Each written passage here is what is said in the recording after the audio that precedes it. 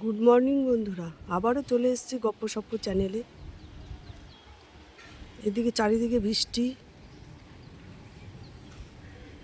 চলুন দেখাই আজকে আমরা কী কী রান্না করব। ভাত বসিয়ে দিয়েছি, মাছও ফ্রিজ থেকে বার করে জলে ভিজানো হয়ে গেছে। এখনও পর্যন্ত ঠিক করিনি সবজিটা আমি কী কী করব, দেখা যাক কী করা যায়।